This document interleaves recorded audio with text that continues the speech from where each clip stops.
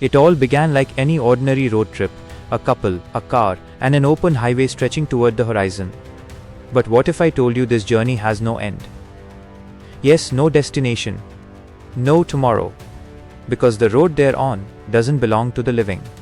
Henry and Sarah, a newly engaged couple, had decided to drive to Las Vegas to visit Sarah's sick father. They wanted to spend more time together before their wedding, to talk, to laugh, to be free. The wind brushed against their faces, music filled the car, and love was in the air. Everything felt perfect, until something hit their car. A loud thud. The vehicle jerked violently and swerved off the road. Henry stopped, his heart pounding. He stepped out to check what they'd hit, maybe an animal. But the road was empty. No blood. No body. No sign of a collision. It was as if nothing ever happened. Brushing off the unease, they continued their drive. But soon, Henry noticed something strange, a black Mustang behind them. Its headlights glaring, following too close. At first, Sarah laughed it off. Maybe some punk wants to race you, Henry? Step on it. But the Mustang didn't pass. It just stayed behind like a shadow. When a gas station appeared in the distance, Henry quickly pulled in. The Mustang drove past and disappeared. Sarah didn't want to stop. She wanted to reach her father before nightfall. But Henry insisted they grab a quick meal. Inside, the small diner felt oddly quiet, frozen in time. The waitress smiled, offering them water and a few silver coins. "It's a little tradition here," she said. "Drop one in the jukebox. Play your favorite song. It helps the living feel alive." Helps the living? Sarah didn't quite catch the words. But as she walked away, the waitress whispered, "You should use your chance while you can. Not many living souls visit here anymore." Henry walked to the jukebox and dropped a coin in.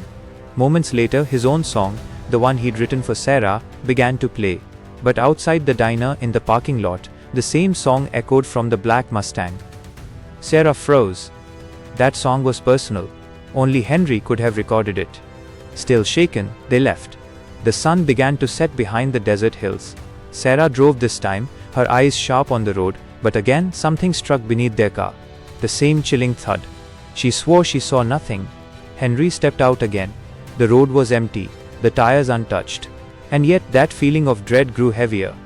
Back at the diner, the waitress whispered to her boss, a man named John, "They just left. Should we do it again?" A girl sitting nearby pleaded, "Please, let them go. They didn't do anything wrong." John just looked away, his expression cold. The girl's trembling hands and tear-streaked face hinted she'd suffered something unspeakable there. On the road, Sarah started yelling. They'd been driving for hours, but somehow they were back where they started. Same road, same gas station, same everything. Henry didn't believe her until he saw the black Mustang again. Sarah refused to run this time. She stopped the car and walked toward it. The driver's window rolled down and her blood ran cold. Inside sat a pale, hollow-eyed man, his face almost inhuman. Terrified, Sarah jumped back into the car, gunned the engine and sped away. But soon their fuel gauge hit empty. And somehow, impossibly, they ended up in front of the same diner again. Inside, she asked to use the phone. The waitress smiled strangely and handed it to her. Sarah called the police, explaining everything: the pursuit, the strange man. The officer on the other end promised to send help, but the call wasn't going to the police. It was going to John, the diner owner. Henry noticed the jukebox again. He asked for another coin, but this time the waitress refused. "You only get one chance," she said. A girl named Ruby offered. "Wait, I think I have one in my car." Before she could leave, John stopped her. Henry, now desperate, told John everything. But John only smiled faintly. "Maybe he's just some madman. People get bored out here." Henry snapped. "Bored? He's trying to kill us." John tried to calm them. "You can stay here tonight. You're safe. No one can hurt you here." He explained that there's a loop on this road, maybe they accidentally drove into it. Sarah came back, saying she'd called her dad. He said he was waiting for them. But before she could say more, the line went dead. Meanwhile, Ruby was being dragged by John toward a back room, room 17. She begged him to stop, sobbing, "You keep feeding that monster, but its hunger will never end." Her screams faded behind the locked door. Henry and Sarah ate quietly. The waiter handed them a bill that simply said, "Run." Sarah noticed something strange. The sunlight outside never changed. It had been dusk for hours. John told them maybe they were just tired. Go rest. Your room's ready. But as they followed him, Sarah whispered, "How does he know my name?" Henry never said it. Then, in the corner of her eye, she saw a reflection in a nearby room. A girl pounding on glass, crying for help. Realizing the danger, they ran, got in their car, and fled. John screamed for his workers to stop them. "If they escape, you're all finished." The waitress whispered, "But they're already dead." The couple drove endlessly. Sarah was crying, terrified. Henry said, "He knows. That diner owner. He knows what's happening. He's using us." Back in the diner, Ruby's things were packed up. She was gone, forever.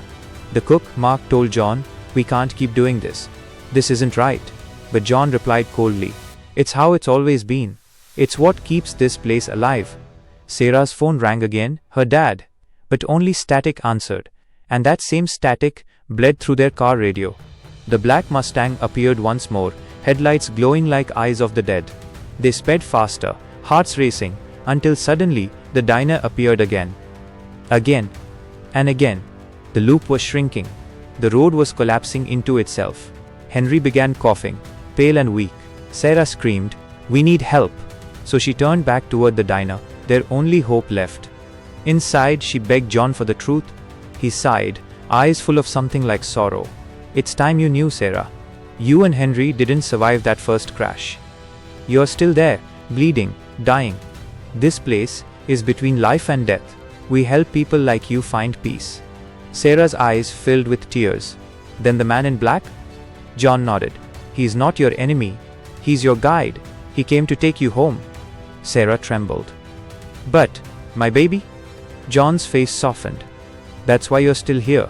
The child inside you is alive. As long as he lives, you both have a chance." Henry regained consciousness. "Am I dead?" The waitress whispered, "Not yet. But you're fading." John faced a terrible choice.